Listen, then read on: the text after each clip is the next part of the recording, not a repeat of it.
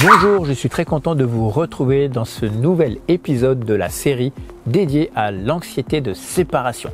Aujourd'hui, c'est le 5e et dernier pilier du protocole de désensibilisation à l'anxiété de séparation. Je vais vous parler des moyens techniques utilisés lors de ce protocole.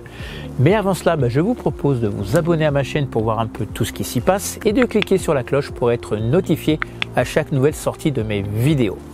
Alors voilà, dans ce protocole, on utilise bien sûr des moyens techniques. Comme je vous l'avais dit dans une précédente vidéo, n'hésitez pas à aller voir d'ailleurs cette vidéo où je vous parle du seuil donc de tolérance de votre chien à supporter à être seul, où il va falloir employer bien sûr des moyens techniques tels que des caméras ou votre smartphone pour pouvoir filmer votre chien. On va le filmer pendant votre absence afin de pouvoir analyser le comportement de votre chien lors de vos absences. Mais il n'y a pas que ça, en fait c'est un protocole qui se passe et qui se fait à 99% à distance, c'est-à-dire par des moyens de visioconférence tels que je pense Skype, Zoom, Teams, voilà.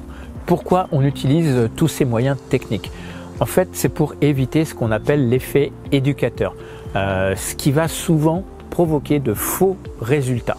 Je m'explique, c'est-à-dire que on va aller chez les gens, on va aller voir le chien et là, à ce moment-là, le chien va adopter un comportement qui n'est pas forcément celui qu'il a habituellement.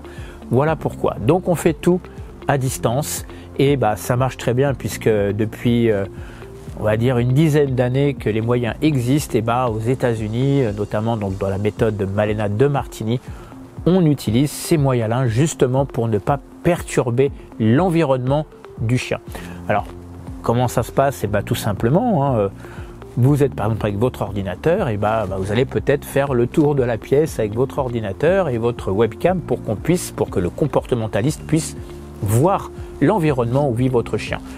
Cela lui suffit pour établir un protocole, mais bon, bien sûr, effectivement, le plus important à un moment donné, comme on l'a déjà dit, c'est de filmer votre chien pour que le comportementaliste puisse voir son comportement lorsque vous êtes absent. Je vous invite à aller voir l'entretien que j'ai fait avec Claudine Prudhomme, qui est éducatrice comportementaliste au Québec et spécialiste de l'anxiété de séparation, qui explique très bien pourquoi on utilise tous ces moyens technologiques. Elle dit même, je reprends ses mots, que même si c'est son voisin de palier qui lui demanderait de traiter son chien, elle n'irait pas. Voilà, écoutez, c'est sur ces belles paroles que j'ai plus qu'une seule chose à vous dire. Prenez soin de vous et surtout, prenez soin de vos chiens.